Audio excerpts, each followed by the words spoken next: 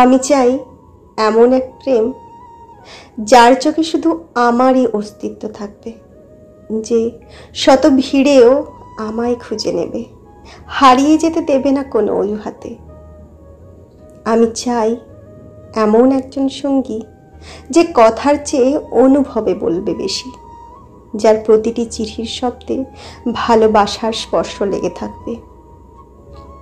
আমি চাই অপেক্ষার ব্যাকুলতা, যেখানে প্রতিটি ক্ষণই হবে কবিতা।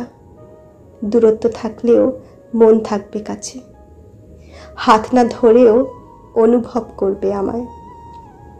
আমি চাই ভালোবাসা যা সময়ের সীমানা মানবে না, যা কাগজের পাতায় নয়, থাকবে হৃদয়ের গহীনে আজন্ম।